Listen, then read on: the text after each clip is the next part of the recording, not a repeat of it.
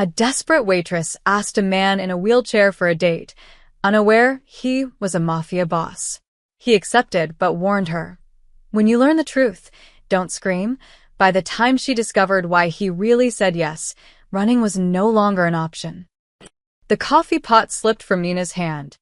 She caught it midair, muscle memory from 5 years of slinging hash, saving her from another disaster. Her feet screamed inside worn sneakers as she glanced at the clock. 11:47 p.m. 13 more minutes until she could lock up Marco's diner and drag herself to the studio apartment where the landlord's eviction notice waited on her kitchen counter. 3 days. She had 3 days to come up with 2 months' rent. The bell above the door chimed. Nina's shoulders sagged. Of course. Someone always wandered in right before closing, usually drunk college kids or truckers looking for burnt coffee and directions. But the man who rolled through the entrance in a sleek wheelchair was neither. He wore a charcoal suit that probably cost more than her car if her car still ran. His dark hair was swept back perfectly, and his hands rested on the wheelchair's armrests with the casual confidence of someone who never worried about money in his life. Mid-30s, maybe. Sharp jaw. Eyes that seemed to catalog everything in the room within seconds. 2 steps behind him, a broad-shouldered man in a leather jacket entered, scanning the diner like a Secret Service agent. He took a booth near the door while the man in the wheelchair rolled to the counter. "We're about to close," Nina said, then winced at how rude that sounded. Tips were tips, but I can get you something quick. Coffee. Black. And whatever pie you've left, his voice was smooth, with an accent she couldn't quite place. Italian, maybe? Take your time. I'm not in a hurry. Nina poured the coffee, noting how the other 3 customers in the diner suddenly found reasons to leave. They threw cash on their tables and hurried out, not meeting anyone's eyes. Weird.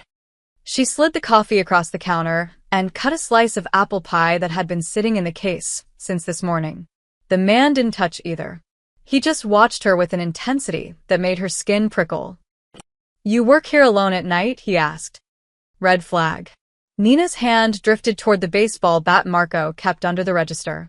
"Cook's in the back." A lie. Marco left at 9, trusting her to close up.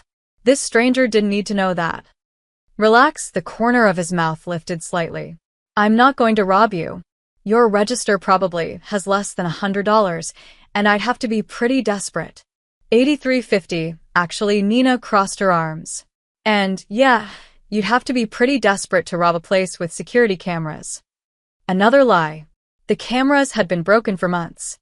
He glanced up at the defunct camera in the corner, then back at her, a flicker of amusement in his eyes. He knew. "What's your name?" he asked. "Nina." "And you're holding up my closing duties, mister?" "Enzo." He finally lifted the coffee cup, taking a sip without breaking eye contact. "This is terrible coffee, Nina." "Yeah, well, maybe don't come to a diner at midnight expecting Italian espresso, Enzo." The man at the door booth tensed, but Enzo laughed. Actually laughed. It transformed his face completely, making him look younger, almost boyish. "Fair point," he set down the cup. "How long have you been doing this?" "Working here?" 5 years. "No." "How long have you been tired?" The question caught her off guard. Nina opened her mouth to give a sarcastic reply, but something in his expression stopped her. He wasn't mocking her. He was genuinely asking. "Forever," she admitted quietly. "I've been tired forever." Enzo nodded slowly, as if this confirmed something he already knew. He pulled out his wallet, extracted a $100 bill, and placed it on the counter. "The coffee and pie are $8, Nina said. "Keep it. I don't take charity." "It's not charity. It's payment for honest conversation." He paused. "This town wears people down. You can see it in their eyes. But not yours. You're angry, not broken. That's rare." Nina picked up the bill, held it up to the light checking for counterfeits, then pocketed it. Rent money. She wasn't proud enough to refuse. "So what's your story?" she asked, leaning against the counter. "Rich guys slumming it in a seaside diner at midnight? Usually means you're running from something or looking for something. Maybe both." Cryptic. I like it. The exhaustion was making her bold, reckless. The kind of reckless that had gotten her in trouble before. You know what? You seem interesting, and I've had the worst week of my life. So, here's a crazy idea. Enzo raised an eyebrow. I'm listening. Want to escape this greasy spoon and go on a date with me? Like a real one. Somewhere that doesn't smell like decade-old fryer oil. The words hung in the air between them. Nina immediately regretted it. What was she thinking? This man was clearly out of her league, probably married, definitely not interested in a broke waitress with an attitude problem. But Enzo didn't laugh or politely decline. He studied her face for a long moment, something shifting behind his eyes. When he spoke, his voice was completely serious. Saturday. 8 o'clock. I'll pick you up. Nina blinked. Wait, really? Really? He pulled out a business card and slid it across the counter. It was blank except for a phone number embossed in silver. Text me your address. That's... I was half joking. I wasn't. Enzo rolled back from the counter. The man at the door booth immediately stood, ready to leave. One condition though, Nina. What's that? When I tell you the truth about who I am, don't scream. Before she could respond, he was gone, the door chiming behind him. Through the window, she watched as the bodyguard helped him into the back of a black Mercedes with tinted windows. The car disappeared into the night, leaving only the smell of expensive cologne and the blank business card on the counter. Nina picked up the card, turning it over in her hands. Her heart was hammering in a way it hadn't in years. She should throw it away. Rich, mysterious strangers with bodyguards and weird warnings weren't Prince Charming. They were trouble. But as she locked up the diner and walked to her beat-up Honda, eviction notice waiting at home, Nina found herself saving the number in her phone. Just in case. After all, what did she have to lose? Nina changed outfits 4 times before settling on a black dress she'd worn to exactly 1 funeral and 2 job interviews. It was the only thing in her closet that didn't scream, I serve pancakes for a living. She'd almost canceled twice. Once on Thursday when common sense kicked in, and again on Saturday morning when she Googled, signs you're about to be murdered by a rich stranger. But curiosity was a dangerous thing. The Mercedes arrived at exactly 8 o'clock, pulling up to her apartment building like a sleek shark in a parking lot full of rust buckets. The bodyguard from the diner stepped out first, opened the rear door, and waited. Nina climbed in, her heart hammering. Enzo sat in the back seat, the wheelchair folded and stored. He wore a navy suit this time, no tie, looking like he'd stepped out of a magazine spread. The interior smelled like leather and money. You came, he said, something like relief in his voice. I'm either very brave or very stupid. Nina buckled her seatbelt. Haven't decided which yet. Most people are both. The drive took 20 minutes along the coastal road, past the tourist traps and into an area Nina had only seen from a distance. They stopped at Maria Blue, a restaurant built on stilts over the water, where reservations took months and appetizers cost more than her weekly paycheck. Inside, the staff treated Enzo like royalty. The maitre d' practically bowed. Their table overlooked the ocean, isolated from other diners by strategic positioning, and what Nina suspected was deliberately removed seating. So, Nina said once they'd ordered, are you going to tell me why everyone's terrified of you, or are we doing the whole mysterious stranger thing all night? Enzo sipped his wine. Direct. I like that. I don't have time for games. My rent's due. I'm eating at a restaurant where the bread probably costs $50, and you told me not to scream when you reveal who you are. So, let's skip the small talk. The bread is complimentary, actually. Enzo. He set down his glass, studying her face in the candlelight. I have business in this town. Unfinished business. The kind that makes people nervous. What kind of business? The kind where asking too many questions gets people hurt. A chill ran down Nina's spine, but she leaned forward instead of backing away. Then why bring me here? Why ask me out? Because you're the first person in 3 months who's looked at me and seen a man instead of a threat. Or a cripple. The word came out sharp, bitter. You didn't pity me or fear me. You asked me on a date like I was normal. Nina's chest tightened. You're normal. The wheelchair doesn't change that, doesn't it? Something dark flickered across his face. 2 years ago, I could walk. Run. I was different then. What happened?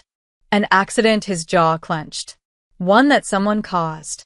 The waiter arrived with their appetizers, breaking the tension. They ate in silence for a moment, the sound of waves beneath them filling the space. Your turn, Enzo said finally. Why a diner? You're sharp, educated. I can hear it in how you talk. So why waste yourself serving coffee to people who don't see you? Nina's fork paused halfway to her mouth. How do you know I'm educated? Lucky guess. Liar. He smiled slightly. I pay attention. You quoted Hemingway when you mentioned the town wearing people down. The world breaks everyone, and afterward, some are strong at the broken places you probably don't even realize you did it. Nina felt exposed, like he'd peeled back her skin. I dropped out of college. Couldn't afford it.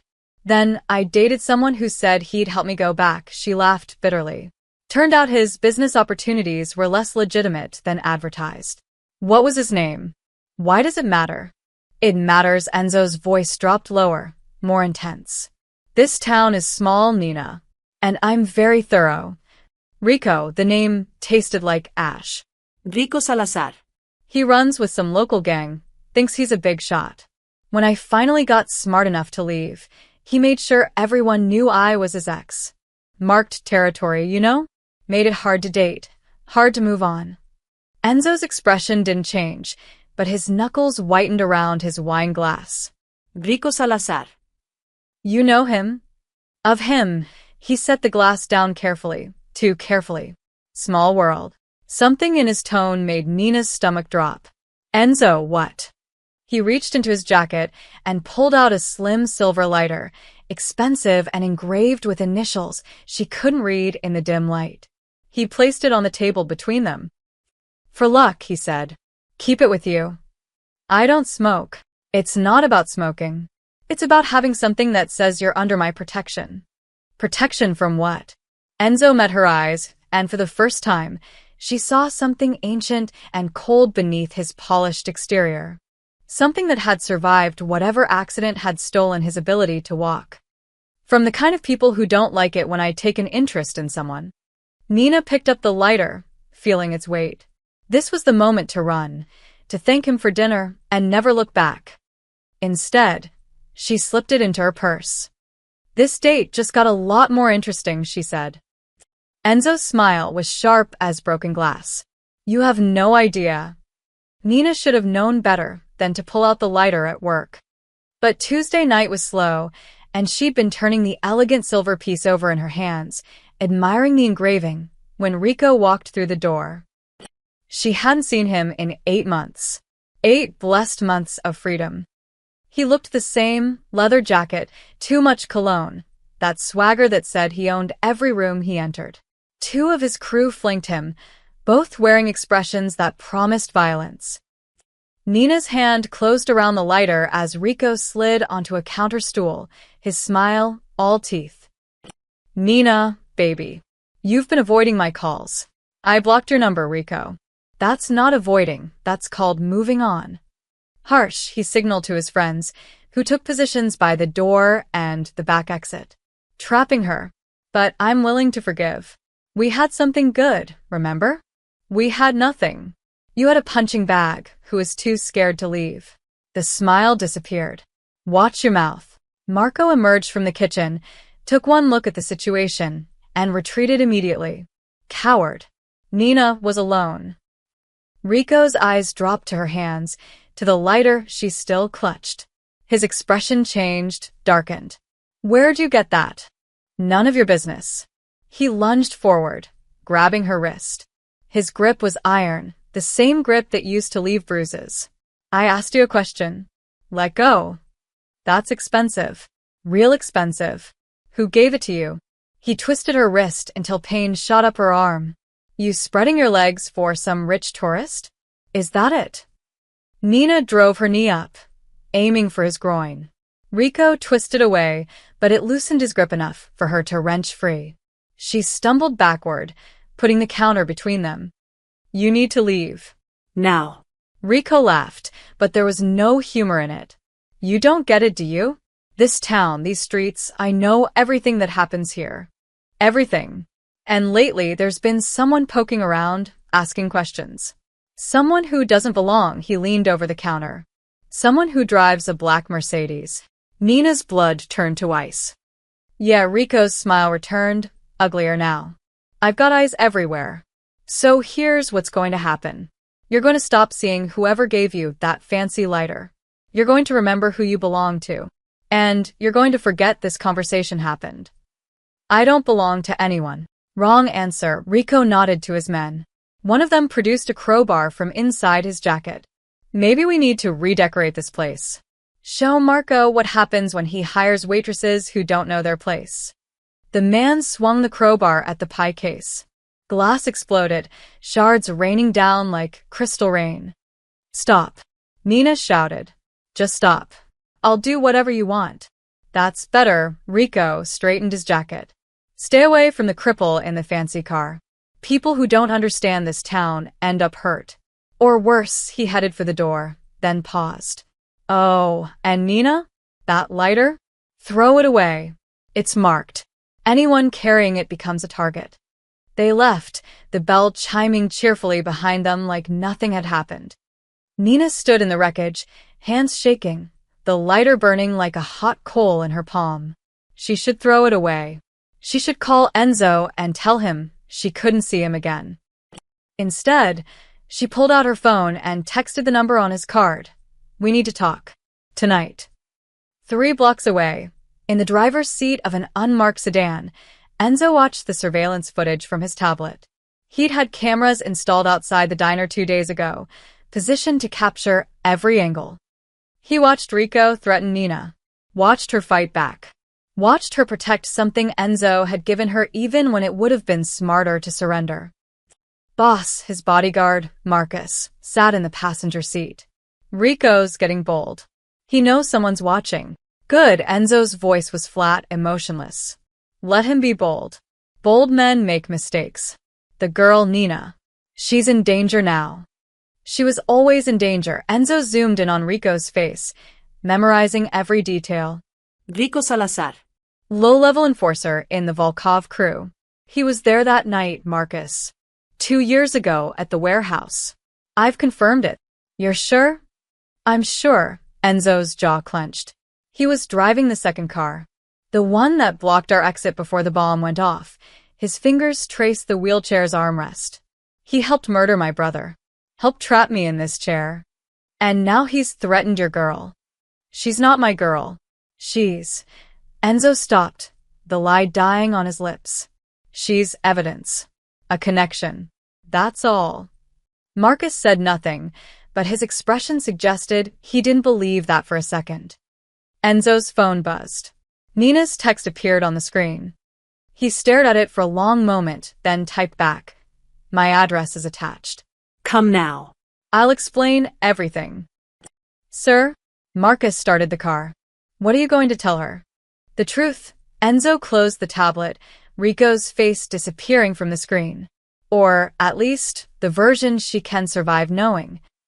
Enzo's mansion sat on a cliff overlooking the ocean, all glass and modern angles that screamed money and isolation. Marcus let Nina through the gates without a word, his face unreadable. She found Enzo in a study lined with dark wood and leather-bound books. He sat behind a massive desk, papers spread before him, a glass of whiskey untouched at his elbow. You came quickly, he said. Rico smashed up the diner. Threatened me. Said anyone carrying your lighter becomes a target. Nina threw the lighter onto his desk. So, yeah, I came quickly. What the hell is going on? Sit down. I'll stand. Enzo's jaw tightened, but he nodded. Fair enough. You want the truth? Here it is. I'm not a businessman. I'm not a tourist. 2 years ago, I was part of a family that controlled shipping operations from here to New York. My brother ran things. I was his right hand. Nina's stomach dropped. You're Mafia. Was. Past tense, he gestured to his wheelchair. Hard to run an empire when you can't walk. But yes, that's the world I came from. And you didn't think to mention this before asking me to dinner? Would you have come if I had? She wanted to say yes, but they both knew it was a lie. Nina moved to the window, needing distance. What happened 2 years ago? A rival crew, the Volkov organization, wanted our territory. They invited my brother to a meeting at an old warehouse, said they wanted to negotiate. It was a trap. His voice went flat, mechanical. They rigged the building. My brother died instantly when the bomb went off. I was outside heading back to the car. The blast threw me 20 feet. Shattered my spine. Nina turned to face him. I'm sorry. That's horrible. But what does this have to do with me? Rico Salazar was there that night. The words hung in the air like a death sentence. No, Nina shook her head. No, Rico's just a small-time dealer. He runs protection rackets, sells pills. He's not a killer. He is. Enzo opened a drawer and pulled out a folder, sliding it across the desk. I've spent months tracking everyone involved. Rico drove one of the blocking cars. He helped trap us in that kill zone. Nina's hands trembled as she opened the folder. Photos spilled out, surveillance shots of Rico meeting with men in expensive suits, timestamp data, transcripts of intercepted calls. And there, near the bottom, a grainy image of a warehouse, smoke billowing, with several figures visible in the distance. One was circled in red. The build, the jacket, it was Rico. Oh God, Nina stumbled backward. I dated him. I lived with him for 6 months. I know. Something in his tone made her look up sharply. You know. You knew when you met me at the diner. Yes. The pieces clicked into place with sickening clarity. That's why you accepted my date invitation. Not because you were interested. Because I was connected to Rico. I was useful. At first. Nina's voice cracked. So, what? You were just using me? Getting close to get to him? Jesus, Enzo, I'm not a pawn in your revenge game. You're right, he rolled out from behind the desk, moving toward her. You started as a means to an end. A way to gather intelligence, to understand Rico's patterns. But, Nina. Don't, she backed toward the door. Don't try to make this romantic. You manipulated me. I did. And I'm not apologizing for it. My brother is dead. I'm in this chair forever.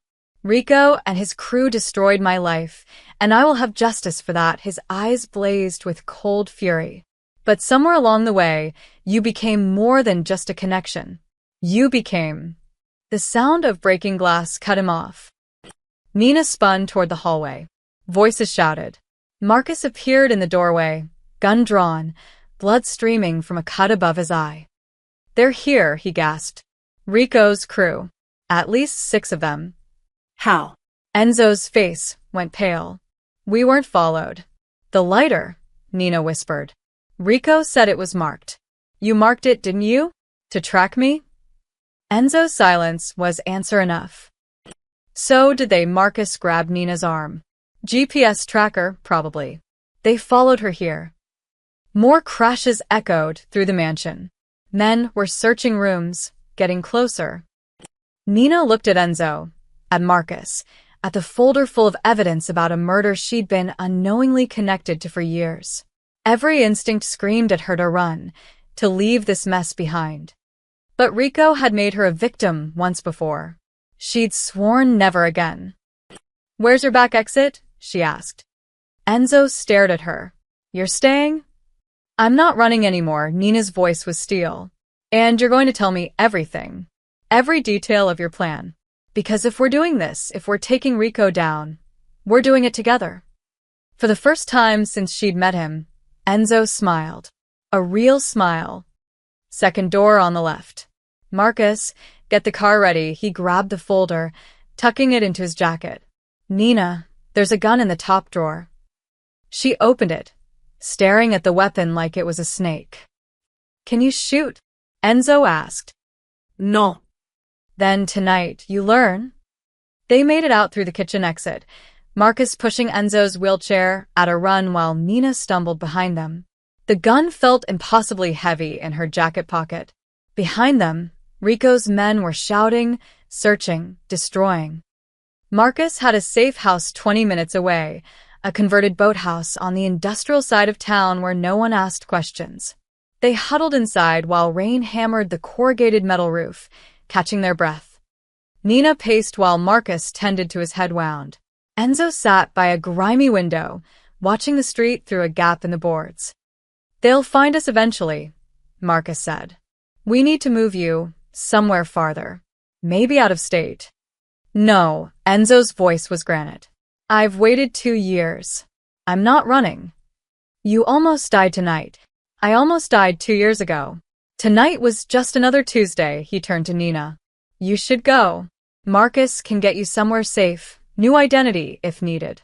This isn't your fight." Nina stopped pacing. "You're serious? After everything, after using me, after I chose to stay, you're trying to send me away?" "I'm trying to keep you alive. By making my choices for me?" She laughed bitterly. "That's what Rico did. Decided what was best for me, who I could see, where I could go. I didn't escape one controlling man just to bow down to another." Enzo's jaw clenched. "This is different." How? "Because your motives are noble? Because it's revenge instead of obsession." Nina crouched in front of his wheelchair, forcing him to meet her eyes. "I get it, Enzo. You lost your brother. You lost your legs. You want blood. But using me to get it? That makes you just like them." "I'm nothing like them." "Then prove it. Stop treating me like a tool or a victim. Treat me like a partner." She pulled out the gun, checking it the way she'd seen in movies. "You want Rico?" So do I. "He terrorized me for 2 years and I did nothing. I was too scared, too weak. Not anymore." Marcus looked between them, then slowly smiled. "She's got fire, boss. Reminds me of your brother." Something shifted in Enzo's expression. Pain, memory, maybe respect. "If you stay, you follow my lead. No heroics, no stupid risks. Same goes for you. I'm the one with experience. And I'm the one Rico still thinks he owns." Nina stood, an idea forming. "That's the play, isn't it? You've been gathering evidence, building a case. But what you really need is proof. Hard evidence of Rico's current operations." Enzo tilted his head. "What are you suggesting?" "I go back to him. Pretend I'm scared, that you were just some rich guy, and I want nothing to do with you. Rico's ego is massive. He'll believe I came crawling back." "Absolutely not." Enzo's voice was sharp. "You have no idea what you're proposing.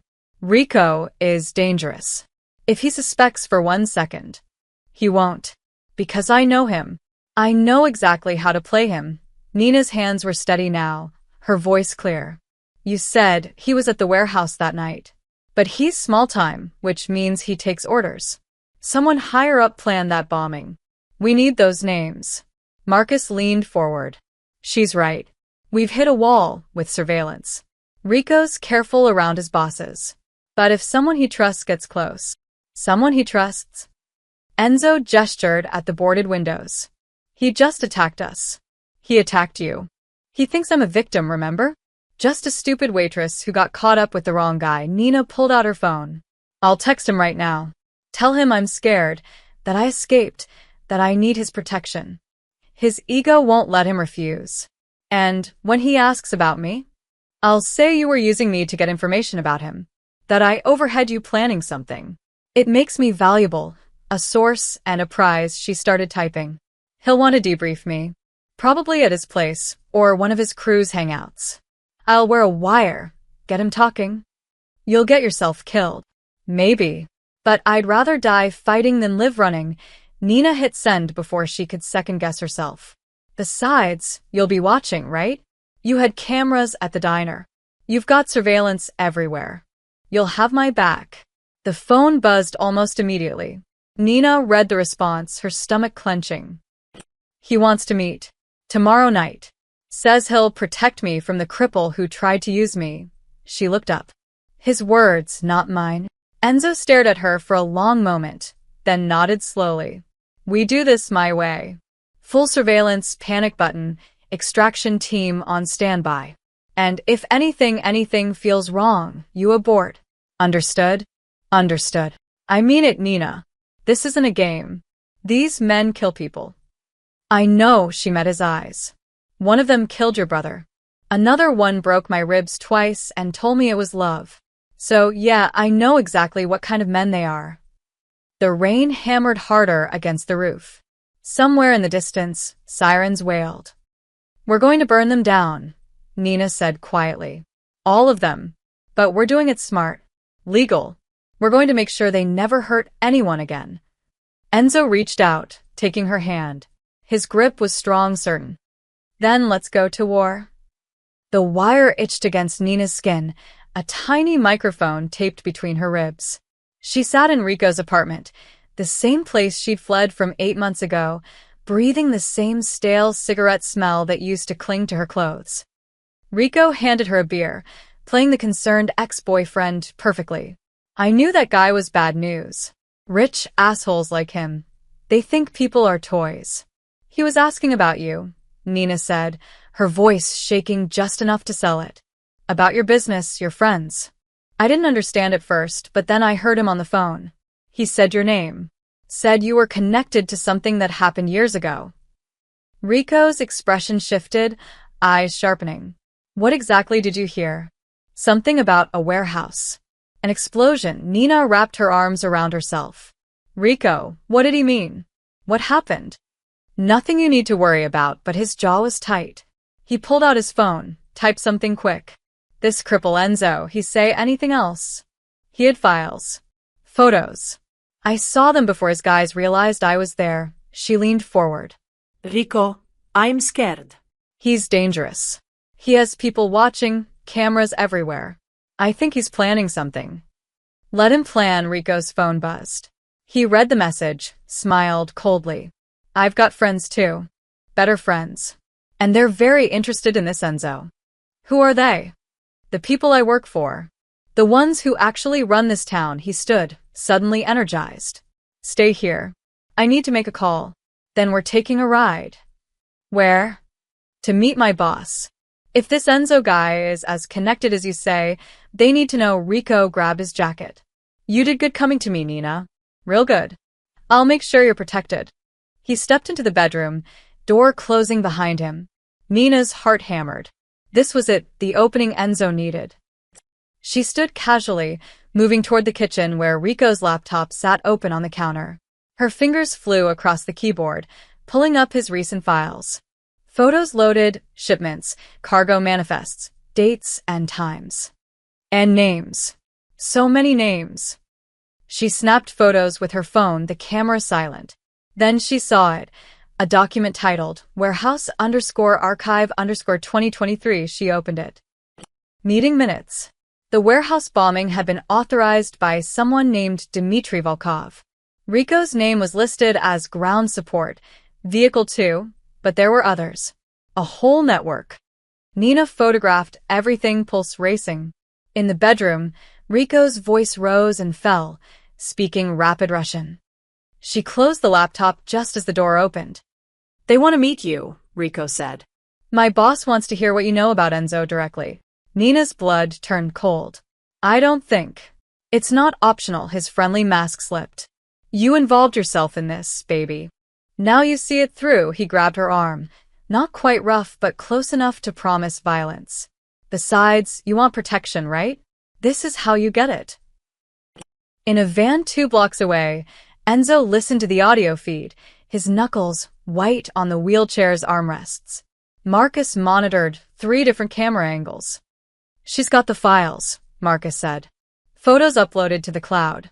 Names, dates, everything. Tell the extraction team to move in, Enzo ordered. Boss, she's still getting intel. If we pull her now, I don't care. She's meeting Dmitry Volkov. That wasn't the plan. It's better than the plan. Volkov never surfaces. If she can get him on record. She could die, Marcus. Enzo's voice cracked. Volkov killed my brother. He won't hesitate with her. Marcus turned from his screens. She knew the risks. She chose this. I manipulated her into choosing it. No. You gave her the option to walk away and she refused. That was her choice. Marcus pulled up another camera feed. Look at her. She's not scared. She's focused. She's hunting. On screen, Nina sat in Rico's car, the recording device catching every word. She was asking questions, drawing Rico out, getting him to brag about shipments and payoffs. She was magnificent. Get me to the docks, Enzo said finally. That's where they'll take her. Volkov always uses the waterfront for meetings. Sir, your condition? I didn't survive a bombing to hide in a van while someone else fights my war. Enzo locked eyes with Marcus. Besides, I made a promise. I told her I'd have her back. I intend to keep it. Rico's car pulled into the abandoned shipping yard 40 minutes later. Nina counted 5 men waiting by a black SUV, all armed. One stepped forward, older, silver-haired, expensive suit that looked wrong against the industrial decay. Dmitry Volkov. So, he said in accented English, you are the girl who caught Enzo Castellano's attention. Tell me, what does a crippled crime lord want with a waitress? Nina forced herself to breathe, to think. The wire was still transmitting. Enzo was listening. She just had to keep Volkov talking long enough for the cavalry to arrive. He wants revenge, Nina said. And he thinks I'm stupid enough to help him get it. Volkov smiled. It was the smile of a predator. Then let's discuss exactly how stupid you really are. Volkov circled Nina like a shark, his footsteps echoing off shipping containers. Rico stood nearby, arms crossed, looking pleased with himself. Enzo Castellano, Volkov just. I thought the bombing made him smart, made him understand his time was finished. But here he is sending little girls to spy on me. I'm not spying, Nina said, keeping her voice steady. I'm trying to survive. Enzo found out I dated Rico. He thought I had information. When I didn't, he threatened me. And yet you're wearing a wire right now. Nina's heart stopped. Volkov pulled a small device from his pocket, a red light blinking steadily.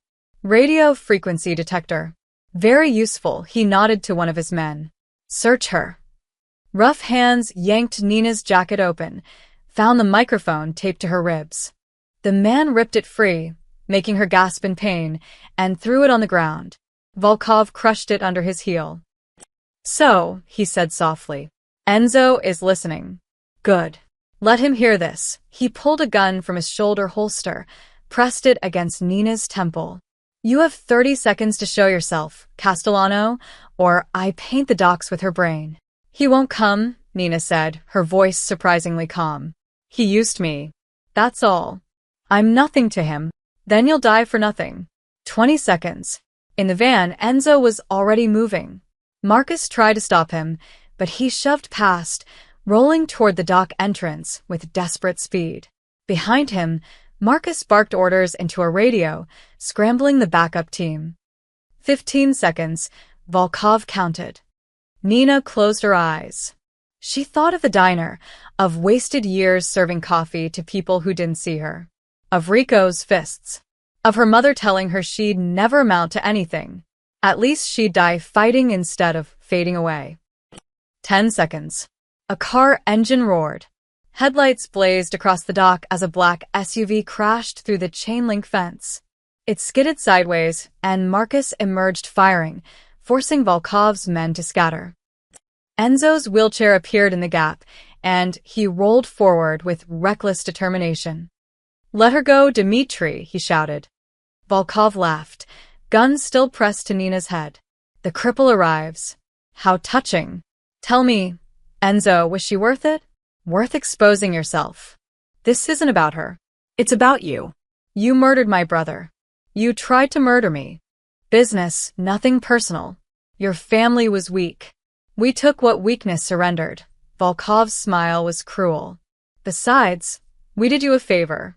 Now you can't run away when your enemies come. Gunfire erupted. One of Marcus's team had flanked from the waterside. Volkov's men returned fire, and chaos exploded across the docks. Volkov grabbed Nina, using her as a shield while backing toward his SUV. Rico pulled his own weapon, firing wildly at Enzo's position. Nina remembered the gun Enzo had given her, the one still tucked in her jacket pocket. While Volkov focused on the firefight, she twisted, drove her elbow into his gut, and dropped to the ground. The gun came up in her shaking hands.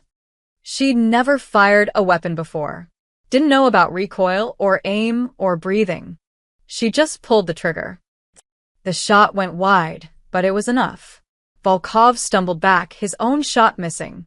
Enzo fired from his wheelchair, a clean shot that hit Volkov in the shoulder, spinning him around. Rico saw his boss fall and ran, abandoning everyone. Marcus's team swarmed in, professional and efficient. Within seconds, Volkov's men were down or surrendering. Sirens wailed in the distance. Real sirens. Enzo rolled to Nina, who sat on the cold concrete, still holding the gun. Gently, he pried it from her fingers. "You're okay," he said. "You're alive. You came," her voice was small. "He was going to kill me, and you came." "Of course I came," he cupped her face, forcing her to look at him. "You think I'd let him take one more person from me?" Marcus appeared, breathing hard. "Police are 2 minutes out.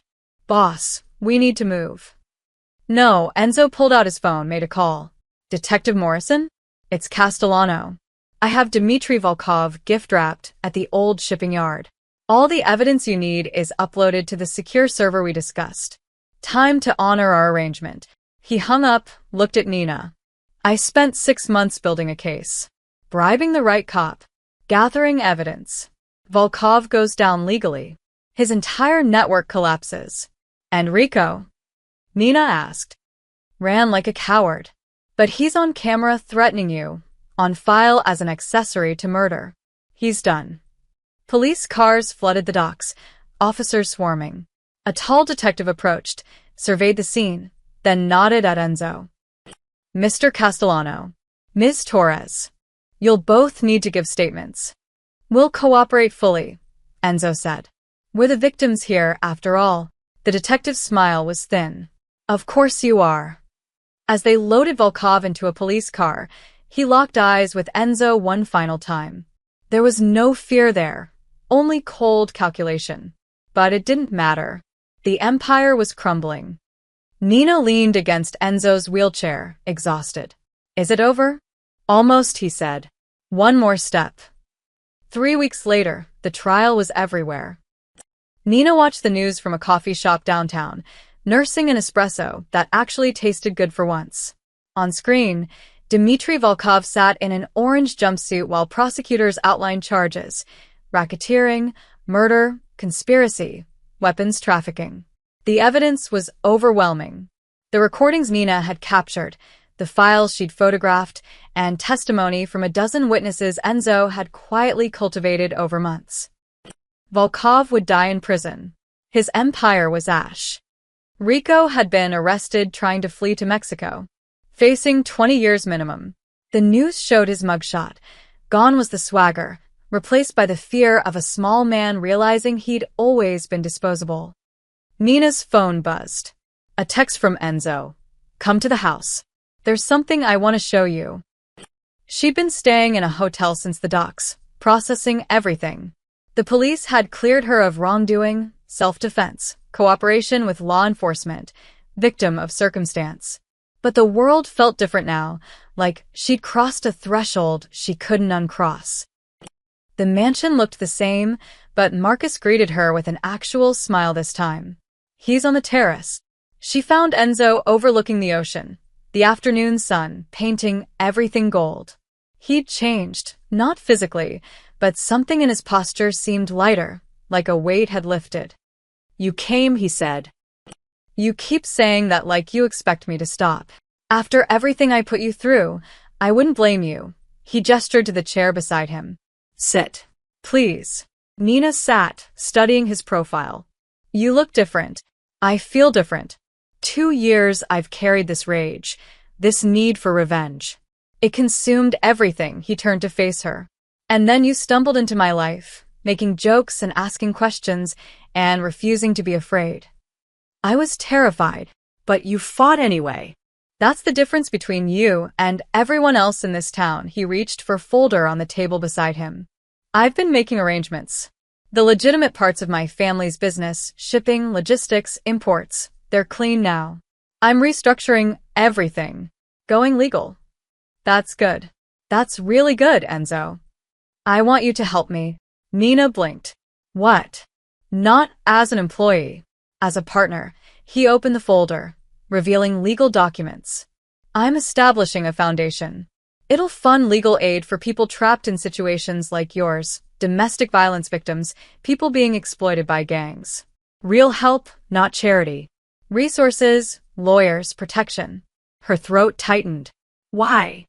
Because you were right. Burning everything down felt good, but it doesn't fix the system. People like Rico exist because people like you have nowhere to turn. He pulled out another document. And I want you to run it. Enzo, I dropped out of college. I have no experience. You have something better. You understand what it means to be powerless, and you know how to fight back. That's worth more than any degree. He met her eyes. I'm not asking you to forgive me for using you.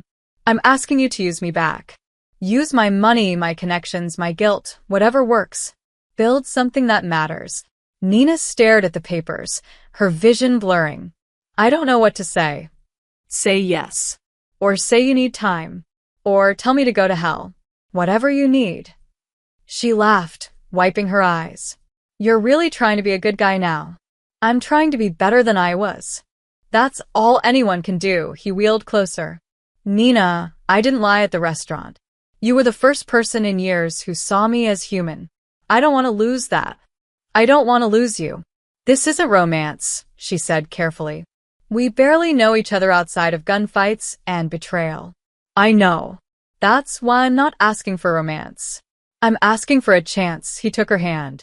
No more manipulation. No more secrets. Just two people who survived hell trying to build something good from the wreckage. Nina looked at their joined hands, then at the ocean stretching endlessly before them. She thought of the diner, of Rico's fists, of all the years she'd been small and scared and invisible. Then she thought of standing in that dockyard with a gun in her hand, refusing to be a victim anymore.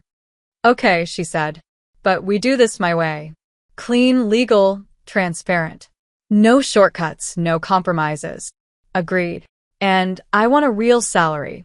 None of this charity nonsense. I'm going to earn every cent. Absolutely. And we take things slow. I mean it, Enzo. If this becomes something more than business, it happens naturally.